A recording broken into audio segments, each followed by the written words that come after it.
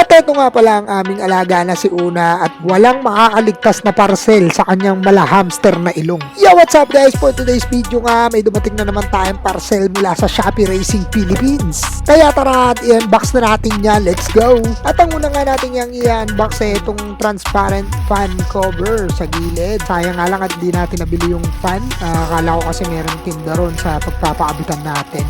At sa mga magtatanong kung saan ko nga nabili to, ito yung link. Tignan nyo na lang. For only 420 pesos, meron ka ng transparent fan cover. May option din dyan kung gusto mo na may kasamang fan na iba't ibang kulay o yung transparent cover lang. Ito naman ang susunod ang transparent or acrylic card cover para medyo maangas-angas naman.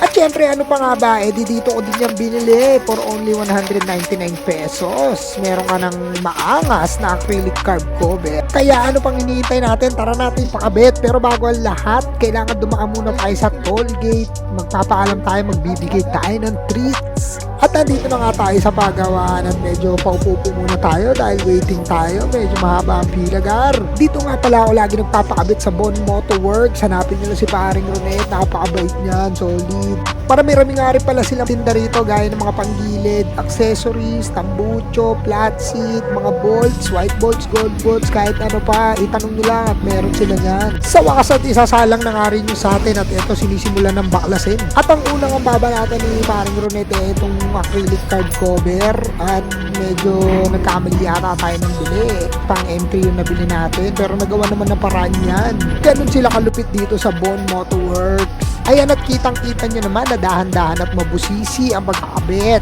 Para epas lang tayo dyan, tol. Tara na nga at tapusin na natin yung pagkakabit na yan at para hindi na rin tayo mainit at makita natin kung ano nga naging resulta. Eto na nga, kitang-kita nyo naman, napakaangas ng ating transparent fan cover. Sayang nga lang at hindi nakasama yung fan. Kung may kasama sanang fan na may kulay, napakaangas. At eto na nga yung acrylic card cover. Medyo madungis-dungis nga lang pero lilinisin din natin yan. Comment down below nga kung mas maganda kung may ilaw to sa gabi. At nga pala medyo may napansin ako sa takbo ng ating motor. Mas medyo naging aggressive siya nung tinanggal yung airbags. Take note nga pala guys, kapag nagpalagay kayo ng acrylic card cover, tatanggalin nga ang ating airbags. At ayun na nga at medyo naging aggressive ang ating takbuhan dyan boy. Hindi ko lang alam kung guni-guni ko lang to pero parang yun nga yung nararamdaman ko. At baka may mai-recommendo pa kayong mga katuga na pwede natin ipalagay dyan na babagay sa ating concept. At kung ano nga ang concept ang naiisip ko, chop suey. Kung ano lang yung babagay sa tingin ko, yun lang ikakabit natin. Kaya tulungan nyo ako, mag-comment kayo na kung ano sa palagay nyo ang babagay din. Tignan natin kung okay. At hanggang dito na nga lang muna. Sa susunod na lang ulit, tingnan natin kung ano pa yung maipapakabit natin. Bye!